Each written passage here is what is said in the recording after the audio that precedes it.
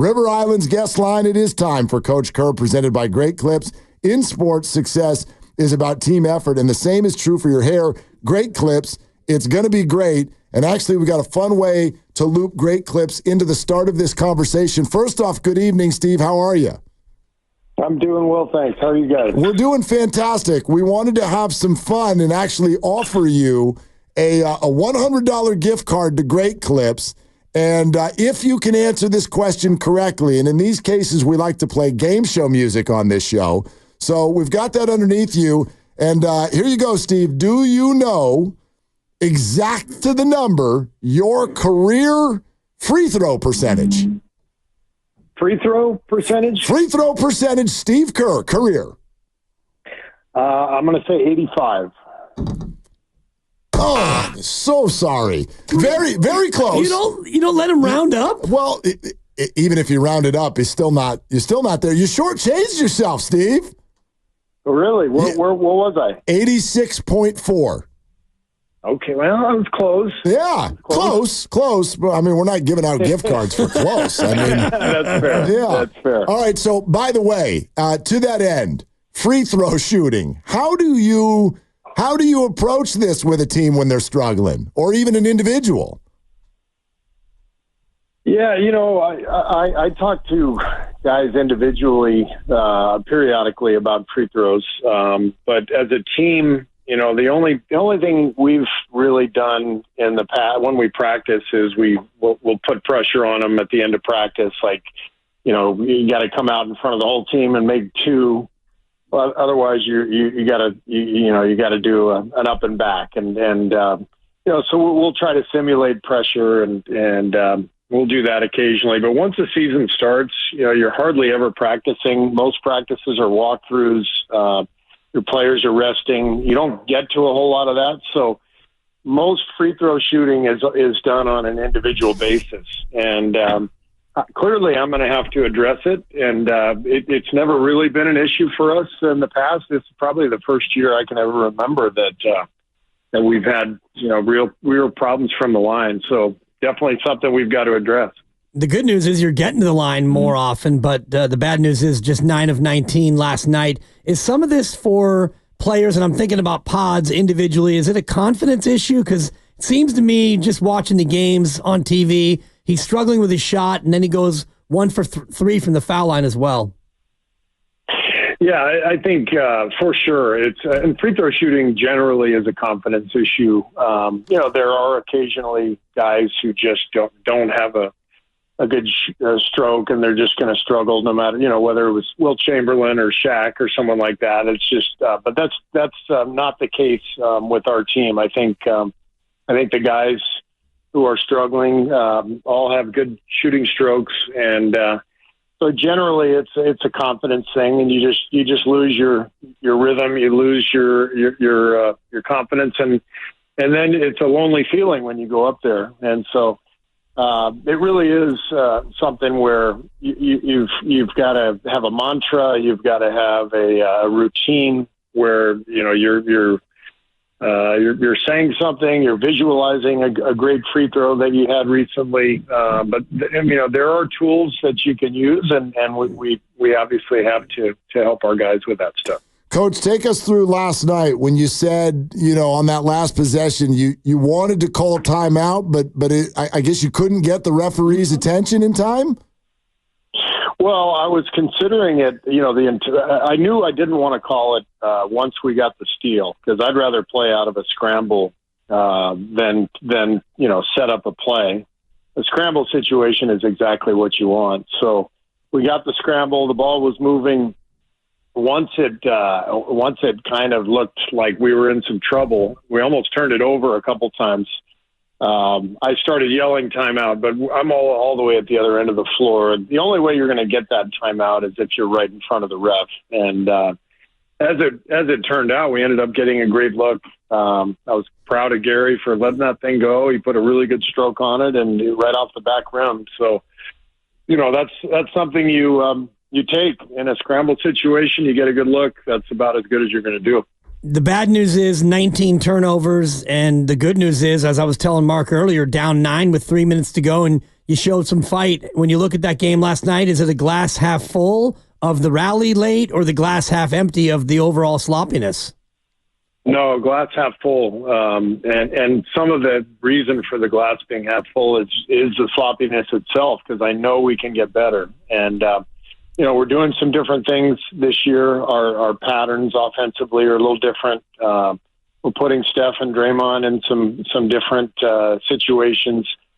So they're going to get better, as is our whole team. But it's really up to them to to us execution-wise to see the pictures cleanly and recognize when to attack, when not to. And I just thought we got into a little bit of a rush. Both games we've played the Clippers, they've gotten us into a little bit of a rush. They're an excellent defensive team, and and we started turning it over. But the good news is, second half, only 6 turnovers. Obviously, played much better, even without making a ton of shots. So I feel really good about our team. Steve Kerr with us, Willard and Dibs, as he is every week here, 95.7 The Game. Coach, I hope there's been enough space between last Friday night and now to where we can at least look back on it with a little bit of a half chuckle. I wonder, based on some video we saw, when the game ended against Memphis, Moses Moody clearly knew, right? He knew that you were hot. Like, what was going on over there where he sort of knew right away, I better protect my coach? It was just a frustrating fourth quarter. They just really quarter and a half, all the fouls. The game was so disjointed. So it was not fun to experience that down the stretch. I'm never proud when I go after officials. These guys are they're all good guys. They work hard. They're doing their best. I thought it was a tough night for them, and that's what I was letting them know. But I didn't particularly think it was a good look for me. When you look to impart that message, and you don't normally let the passion get the best of you, but what is the way that you feel like you can impart that? Because the Crew did have a rough second half, and you do want to get that point across, and we all wait for the last 2-minute report, which is a bunch of hooey, if you ask me, because they don't fix anything. Yeah, but it is. How do you get your frustrations out in the appropriate way? Well, you try to be patient and have civil conversations with the officials and I felt that was happening through most of the game, and then I sort of lost my mind. So it's just I'm pretty competitive, and I can snap once in a while, and whether it's on the team or on a clipboard or on a ref, and like I said, I'm not proud of those moments, but it is who I am. Or heck, even Steph Curry sometimes, right? Like, how about this, Steve?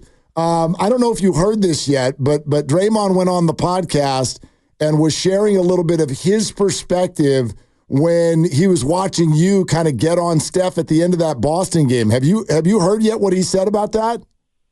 No. Okay, here, let's play it for everybody. Would love to hear your perspective on what his perspective was. I'm immediately watching that and I see it. And I'm watching Steph's reaction and how he responds to it. Because if he responds negatively, I've already told myself, like, I need to go talk to coach and make sure coach understands the reaction. You know what I'm saying? Yeah. To make sure coach understand, hey, Steph ain't respond great to you yelling at him like that. Yeah. Let's just keep an eye on that. So that's already my mindset. You have to know what make your guys tick and what makes and what makes them not. You know what I'm saying? Yeah. And so I'm watching that like a hawk. In turn, I'm then watching the post-game press conferences. And Steph like, nah, I want to be coached like everybody else. That statement lines up with the way you continue to play after you and Steve had your moment. I wash my hands and I'm on to the next thing. I think that's a fascinating view to the inside of how you guys as a group kind of handle a situation like that. What's your response to what he's saying there? I think he's dead on. I think it's my job as a coach to know how everyone's going to react. And I learned in year one with Steph that I could yell at him and I would get a good response. He does want to be coached. What he said to the media afterwards is the truth. And I've had experiences with other guys where a yelled at them or got on them, and they didn't respond well, and I marked that in my mental Rolodex, and I didn't yell at them anymore because in the game, because that wasn't an effective way to coach them. So it's up to me to understand how each guy's going to respond. I think the biggest thing, and Steph knows this, Draymond knows this, I'm coaching those two guys this year to take care of the ball, because if they don't, we can't win. I've said this to the media many times. We can't play like we did 5 years ago and expect to win, because we don't have an overwhelming talent advantage like we did then. So it's up to me as a coach to demand the things that we need to do to win the game. And both Steph and Draymond understand that and respect that, and that's why they let me coach them. Do you have to have a little bit more turnover tolerance this year, Steve, because you're asking for a faster pace and you're also asking for more ball movement? No, because the counter to that is we are much more organized this year than we have been in the past. In the past, we haven't insisted on perfect spacing, and we haven't insisted on getting to spots and then playing kind of secondary offense out of the break. We've really given them a lot of freedom, and it's been very successful. But the last couple of years, we have not done well. We won one playoff round in 2 years. So this year required some changes. We're still moving the ball, but we're doing it out of more structure, and we're demanding this structure. And we're getting there. We have a long ways to go, but I'm really encouraged. Even watching the tape last night, there's a lot of good stuff, and all this stuff is really nuanced. You're not going to be able to see it just by me, saying this. I'd have to kind of break down the tape with you, but because we're doing some different things and we're demanding different things, that doesn't give them license to turn it over. It's the exact opposite. We're demanding that they take care of the ball as we get better organized and better spaced. Coach Steve Kerr with us here on Willard and Dibs. Hey, I know he's out tomorrow, but do you have any further update on DeAnthony Melton? Not yet. We will soon. He's been seeking other opinions, and we've really been evaluating everything, just trying to get him the best advice he can get, and we're obviously very concerned. Anytime you're talking about an ACL, it's I had one in college and tore it completely and had surgery, and it's a serious injury. So we're really taking our time and making sure DeAnthony gets all of the advice he needs. Steph with a less serious knee ailment, I won't even say injury, with reportedly he's probable with bursitis. Are you and the staff starting to already take a little bit of a look at where you might be able to give him rest? I don't want to use the phrase load management because that's a dirty word and I could lose my job for cursing like that. But are you guys starting to look at it, Steve, early on? No, we honestly just to sort of take it week by week, and how's Steph feeling? How is he banged up at all? What's the schedule look like? And he has had the knee issue, and so we'll continue to monitor it. But if he's injured and needs to sit, then he's going to sit, and that's the way it is. So we'll just we'll navigate the season as best we can. Even when he is playing, it feels like this year the quote non-Steph minutes are more productive than they were last year. How are you feeling about non-Steph minutes? I feel great about them. I think we have such a deep team. We have so many guys who can make decisions and handle the ball. So I think our non-Steph minutes to this point have been really good. I haven't looked at the numbers, but I believe they're well on the positive side, and that's a testament to our players and the depth of our roster, and the job that Mike Dunleavy and his staff did this past summer. I really love this group. I love the way the pieces of the puzzle fit, and I've said it. This first month of the season, I think we're better suited to handle those non-Steph minutes, non-Draymond minutes than we have been for a long time. Jonathan Kuminga has been a big key coming off the bench, and it's been, a couple of full weeks now of him being ostensibly a sixth man for you. How comfortable is he getting with this role, and are you seeing this now as really the long-term fit for Jonathan? I like the role for him because he gives us something that we need, that force, that ability to get to the rim, ability to get fouled. He's had a great run here coming off the bench, and so I anticipate that will continue. But, you're always one injury away from everything changing potentially. So you just take it game by game. But I love what JK is doing for us, and his attitude and his approach have been fantastic. And, again, the team has come together well. Everybody's committed, and it's fun to watch. Steve Kerr with us, Willard and Dibs. Coach, I could throw numbers out to our audience, but when I think of Brandon Pajemski, I think you've always talked about all the things that he does that don't really show up in numbers. But some of the numbers don't, even the non-numbers. Like his play right now, he looks like he's searching a little bit. What do you see? Yeah, same. He's searching a little bit. This is not, unusual for a young player to have some, a bump in the road. He's such a good player. He just has such good feel for the game and for what wins. And even during his shooting struggles, he's playing at a really high level. But we know he can play a lot better, and that's exciting. 0 for 4, 16 minutes, 1 point, yet a +2 in the plus-minus. And I know it's a small sample, but that to me is indicative of a guy who is at least contributing to winning basketball. He seems to be, on the plus side every single game. You see the subtle things that he does. I thought his rebounding against Memphis to start the second half, we started him in the second half because Lindy was injured. And he got 3 or 4 rebounds in traffic, and then we went down and scored the other end and broke the game open. Those plays are massive. The ability to get the ball, out of traffic and make the right pass and create the advantage that you need offensively. He does stuff like that all the time, and he's a winning player, and he's going to get a lot better as he finds his groove again. Steve, I want to jump out of the box here for a second and ask you something, your perspective on something I hear a lot of people right now say about the San Francisco 49ers. I wonder if you can relate.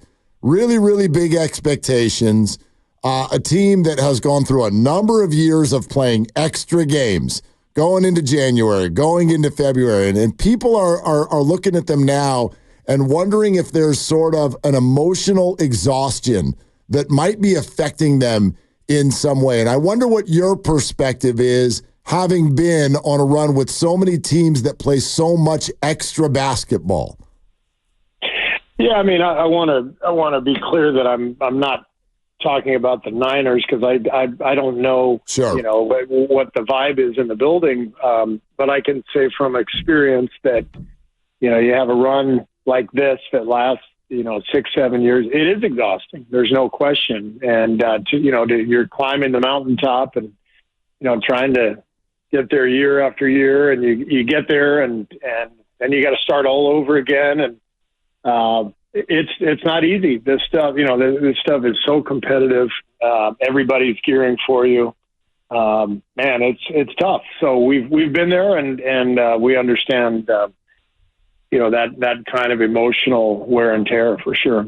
And when you got there to that point in the Toronto loss, and then there was the pandemic, and then it was the play and miss, and then you got back and you won another title. Did it take a couple of years to really reestablish that authentic hunger to get back there, or is that an overstatement? No, I think that's fair. I mean, we obviously lost a ton of guys. That first year after the Toronto series. So that was tough, but I do think that having a couple of down seasons, not making the playoffs, it gave guys a longer off season, made them hungrier, and that did set up the 22 season for sure. Hey, Steve, is it too early for looking at any standings whatsoever and at least making the judgment that, boy, the West looks a lot deeper than the East, and so we can predict the complaints at the end of the season of right, like somebody who won 45 games missed the playoffs, but in the East they won 36 and they're the 6th seed. Yeah. Yeah, I mean, it might happen. We'll see how it plays out. It's obviously early, but it does appear the West is much deeper than the East this year. But that's why we have to be on top of our game. That's why I have to yell at Steph Curry for a turnover. It's why I have to demand the things that I need to demand because, I mean, a year ago we missed the playoffs by two games. And, 2 years prior to that, I think we won, if I'm not mistaken, we won 51 games and won the championship.